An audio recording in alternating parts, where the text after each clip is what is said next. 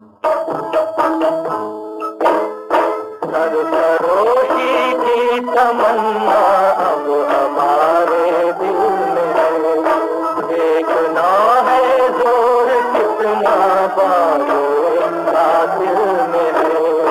सरफरोशी की तमन्ना अब हमारे दिल में है, देखना है जोर कितना बालों का दिल में है।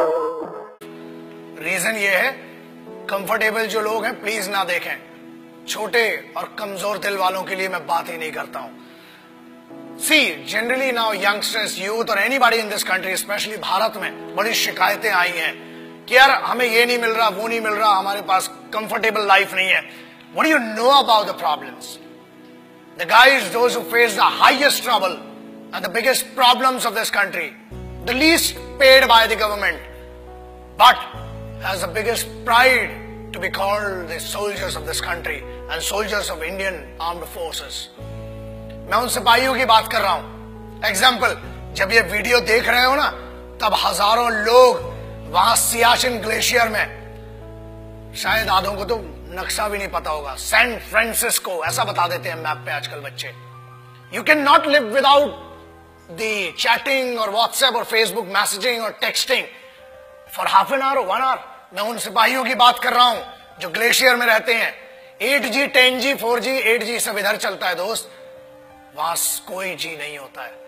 वहां पर सिर्फ गालियां सुनाई देती हैं उस साइड से, और यहां से खड़े होकर भारत माता के लिए खड़े हुए। Remember one thing, they are not there, they are not fighting for this country only because they hate the enemy. वो इस देश में रहने वाले लोगों से बहुत मोहब्बत करते हैं, इसलिए वो वहां पर है। They are not there for the payment which is given to them, they are not there for the privileges which are not given to them. Privileges are given to you, the facilities are given to you. फिर भी इतनी complains, अरे पानी गिर गया हम college नहीं जा पाएंगे, ये हो गया, बहुत कंप्लेन्स है माँ बाप से इन बच्चों को। रिमेंबर दैट दोस्त, कंप्लेन करने के लिए बहुत लोग हैं, लेकिन वो कंप्लेन नहीं करते हैं। क्यों नहीं करते हैं? Because they are fighting for this land, they are fighting for this country, they are fighting for that emotion of freedom, they are fighting for that emotion which belongs to you, which doesn't belong to them.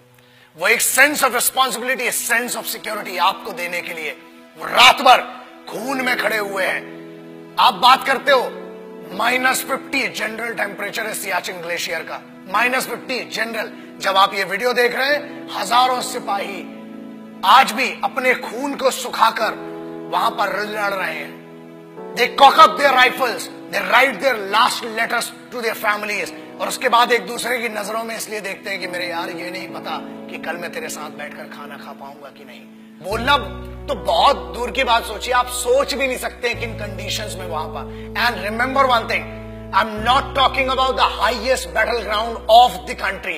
I'm talking about the highest battleground in the world. This is the only place which is called the highest battleground in the world, and it is written in the history of the world wars. It is written in the history of warfares. जहां लोग श्वास नहीं ले सकते ना, लोग कहते हैं कि हमने 50 या 500 मीटर की दूरी पर या ऊंचाई पर लड़ा है। ये हजारों मीटर की ऊंचाई पर है, जहां सांस नहीं आती है, दिखाई नहीं देता है। वहां पर भी वो सिर्फ जज्बा है जो जिंदा रखता है लड़ने के लिए और इस देश की रिस्पेक्ट के लिए। किसी बेवकूफ गद्दार ने भी बीच में कुछ कहा था कि Indian army is rapist in Jammu and Kashmir. अरे बेवकूफ, फौज रेप करती है ना तो हथियारों से करती है, और होल होके तुम्हारा रेप निकलेगा। याद रखना, ये तो कॉन्स्टिट्यूशन है कि हमें फौज की आज भी अतीक और इज्जत है कि फौज आज भी कुत्तों को नहीं मारती, इसलिए बचे हुए हो। और याद रखना, किसी के भी खिलाफ कह लेना, मगर हिंदुस्तानी फौज, Indian army, navy and air force के बारे में बोलने के पहले 1 करोड़ बार सोचना, क्योंकि याद रखना, अगर फौज रेप पे आ गई ना तो तुम्हारी रूह का रेप होगा। Indian Army does not rape. Army, Navy, Air Force, they protect your women, they protect your sisters, because they consider every woman and every young woman as their sisters and mothers. That's why you are protected. बोलना बहुत सरल है और बहुत दम है, बहुत खुजली है, बहुत गर्मी हो रही है ना, आ जरा बॉर्डर पे 2 दिन की ड्यूटी करके दिखा, चूतड़ में से पूरी गर्मी बाहर आ जाएगी। जेएनयू छात्र संघ अध्यक्ष कन्हैया कुमार फिर से विवादों में घिर गए हैं। सवाल यह है कि क्या यह अभिव्यक्ति की आजादी है? सेना के जवान हर रोज आतंकी मुठभेड़ में शहीद हो रहे हैं। ऐसे में कन्हैया कुमार के इस बयान के आखिर मायने क्या हैं? आखिर अदालत की नसीहत के बाद भी कन्हैया क्यों देश विरोधी बातें कर रहा है? तमाम सवाल हैं, लेकिन सबसे बड़ा सवाल यह कि क्या कन्हैया बोलने की आजादी का नाजायज फायदा उठा रहा है? कन्हैया के बिगड़े बोल के पीछे जेएनयू के क्या कुछ टीचर्स जिम्मेदार हैं?